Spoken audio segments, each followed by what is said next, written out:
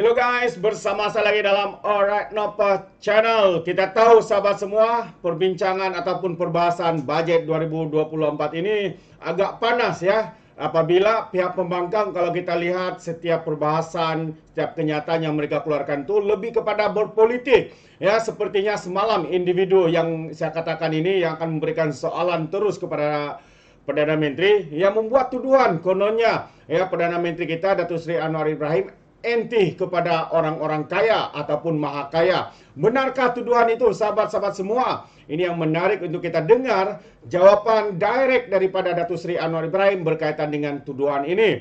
Jadi tanpa buang masa, mari kita dengar sendiri soal jawab bersama Perdana Menteri dan jawapan Datuk Seri Anwar Ibrahim berkaitan dengan tuduhan kononnya Datuk Seri anti maha kaya.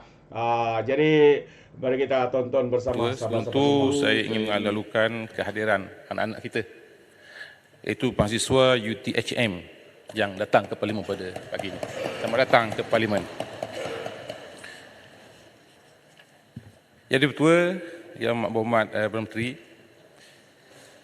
minta Perdana Menteri menyatakan apakah jaminan kerajaan bahawa langkah mengapungkan harga ayam dan telur tidak membebankan rakyat yang sedang berhadapan dengan kos sara hidup yang tinggi sekarang. Terima kasih, Ketua. Terima kasih. Silakan Menteri.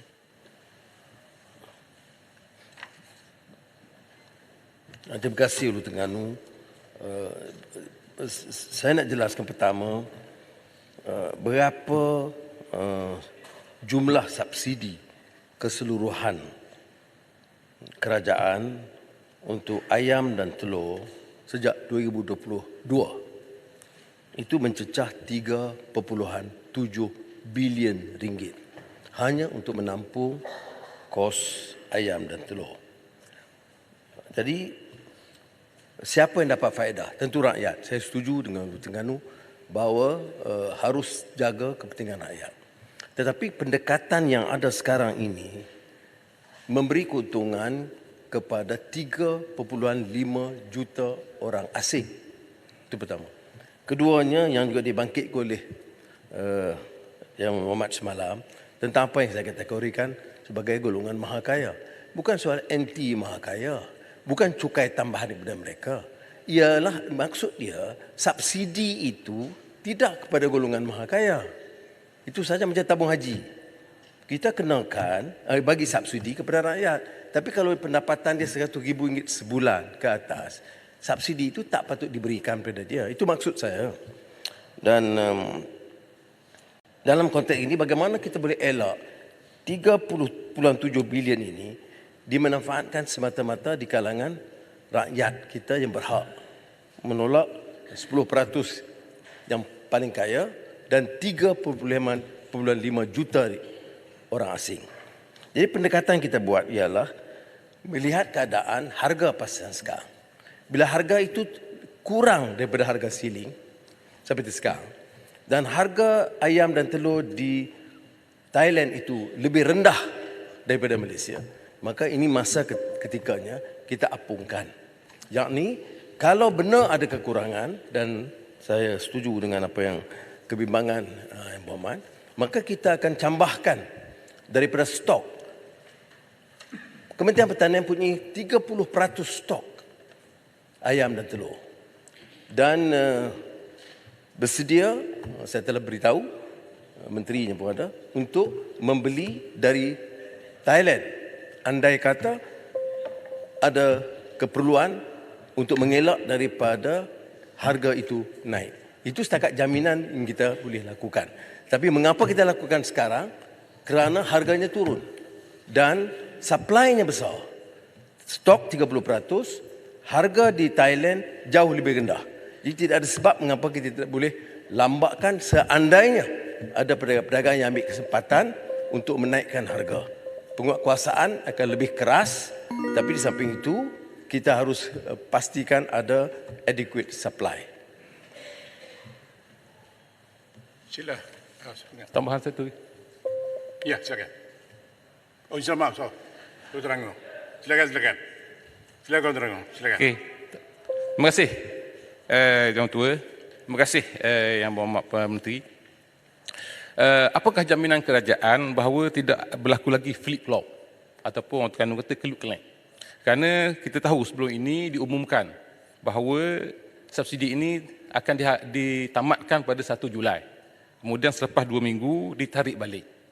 Dan persoalannya apakah perkara ini tidak berulang untuk kali yang kedua? Yang keduanya, apakah dengan pengapungan ini akan menjejaskan kenaikan indeks harga pengguna yang akhirnya memberi kesan terus kepada kehidupan dan inflasi rakyat, keadaan nilai ringgit yang semakin melemah, yang mana Ketua Pembangkang yang masa itu, Tambun menjadi Ketua Pembangkang mengatakan bahawa dolar ini lemah kerana kelemahan pengurusan Perdana Menteri ketika itu. Itu hal lainlah. Jadi persoalan yang ketiga, bilakah Menteri KPDN, HEP atau kos hidup akan dilantik? Terima kasih Tuan. Silakan. Terima kasih. Soal keputusan ni saya umumkan dalam belanjawan. Bila kita umumkan keputusan dalam belanjawan, ia merupakan keputusan dasar.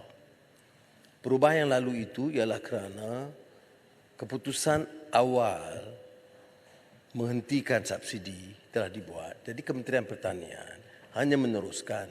Cuma bila sampai rayuan kepada saya minta dilanjutkan kerana belum ada dasar yang jelas untuk menyelesaikan. Dalam kes sekarang, itu pegawai-pegawai di Kementerian Pertanian, KPDN, HEP juga telah bersidang bersama Kementerian Kewangan. Berapa subsidi boleh jimatkan, berapa bantuan tambahan untuk rahmah boleh ditambah, berapa keupayaan LPP dan farmer untuk membantu dari segi infrastruktur pemasaran. Setelah difikir itu semua, maka kita umumkan dasar. Menteri Pertanian akan umumkan secara terperinci tarikh pelaksanaan dalam masa terdekat. Jadi saya tidak fikir isu flip-flop itu berbangkit. Soal kelemahan Perdana Menteri itu tak apa, saya pun sanggup terima teguran kerana saya bukan sempurna seperti mana Yang Berhormat Terengganu. Jadi saya terima kalau teguran itu saya boleh perbaiki. Dan soal apakah kemungkinan kesannya kepada indeks harga pengguna, setakat ini harga pasaran termasuk pasar borong, walaupun ceiling di Sabah Sarawak itu lebih tinggi, tapi untuk kita masih rendah.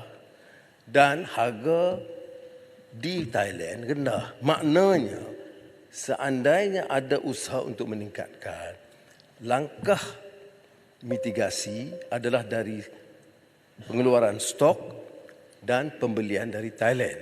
Dengan ini dapat mengekang. Dan juga penguatkuasaan. Itu yang langkah-langkah kita ambil. Dan insya-Allah putusan ini keputusan tegas dan muktamad. Siapa besar? Terima kasih Tan Sri Di-Pertua. Terima kasih Yang Amat Berhormat Tambun. Saya ucapkan terima kasih kepada kerajaan kerana sentiasa memikirkan tentang kebajikan rakyat. Tetapi ada dua persoalan yang amat berhormat Tambun. Yang pertamanya, kalaulah kita beri subsidi ini kepada syarikat, apa pandangan Yang Berhormat Tambun? Kita terus beri kepada rakyat daripada kita bagi pada syarikat, ada keterisan berlaku, ada kita punya kemampuan untuk pengedaran dari segi farma, dari segi agensi-agensi. Kita terus tambahkan cash transfer kepada rakyat supaya rakyat dapat terus dan rakyat dapat membuat keputusan. Itu yang pertama. Yang keduanya, Yang Berhormat Tambun dah sebut tadi pasal 3.5 juta warga asing. Jadi apakah dasar kita? Adakah dasar kita ini akan memberi implikasi terhadap negara-negara luar, negara-negara sumber untuk menghantar pekerja ke Malaysia? Terima kasih Tan Sri Di-Pertua. Silakan Menteri. Terima kasih.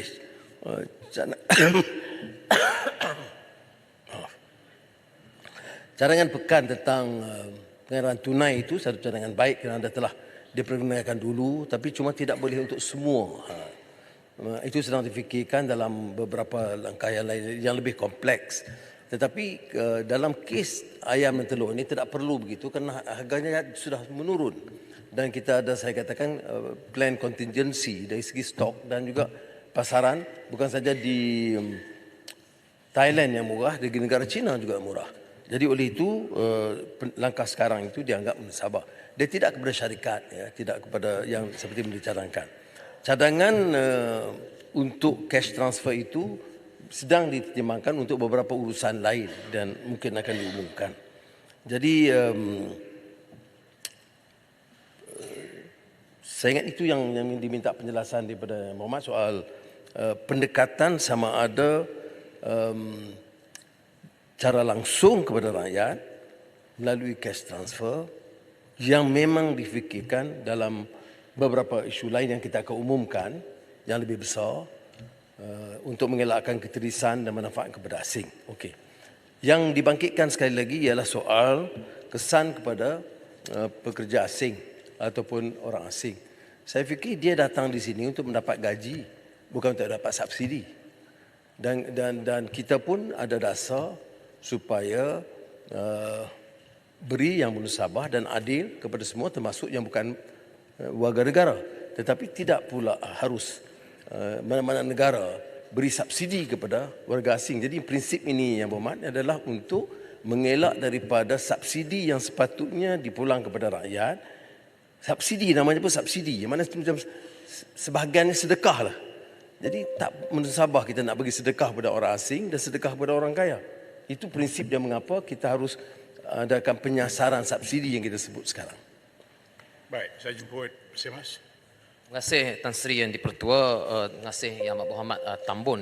Cuma menyebut, barangkali saya boleh menyebut tentang currency mata wang ringgit bila Yang Amat Tambun menyebut tentang yen. Tadi yen dengan ringgit Malaysia masih nilai yang sama jika dikira tanpa US dollar 17 Oktober 2022 dan 17 Oktober 2023. Jadi mungkin di sana masih ada penerangan lanjut yang boleh dikemukakan. Cuma berkenaan dengan harga barang ini Yang Amat Tambun, apa yang dibangkitkan oleh ahli-ahli Parlimen kita ialah apabila SST dinaikkan pada 8%. Kita tahu supply chain ini harga makanan untuk end user ini tidak lahir daripada makanan itu sendiri. Dia lahir daripada sektor pembuatan, pembungkusan dan perkhidmatan yang lain. Pada akhirnya akan melahirkan harga barang yang dikhawatiri akan meningkat. Betul kita bukan check-in hotel hari-hari, tetapi apa yang dibimbangi ialah kesan domino effect ke atas supply chain. Itu yang dibangkitkan oleh ahli-ahli parlimen yang akhirnya akan menyebabkan harga-harga barangan yang nak dibeli oleh pengguna itu tinggi. Bagaimana Yang Berhormat Tambun boleh menjelaskan situasi ini? Terima kasih. Silakan. Terima kasih Tuan Kubang Krian. Dia Bersih dalam Mas. Bersih Mas. Bersih Mas, sorry. Bersih Mas. Minta maaf. Saya ingat Kubang Krian. Bersih Mas. Soal penyelesaian mana-mana masalah, saya setuju. Cuma dia tidak dalam rangka jawapan tadi. Iaitu mana-mana masalah itu tidak hanya dilihat dari segi harga pasaran. Dia harus lihat juga dari segi production. Apakah ada langkah-langkah yang lebih serius sama ada melalui pelaburan tempatan untuk meningkatkan produktiviti ataupun untuk menggalakkan pelaburan asing untuk datang. Di antara sebab syarikat-syarikat tempatan tidak bersedia melabur dalam isu soal ayam dan telur dan keengganan syarikat besar termasuk Thailand itu masuk ialah kerana tidak menentu harga.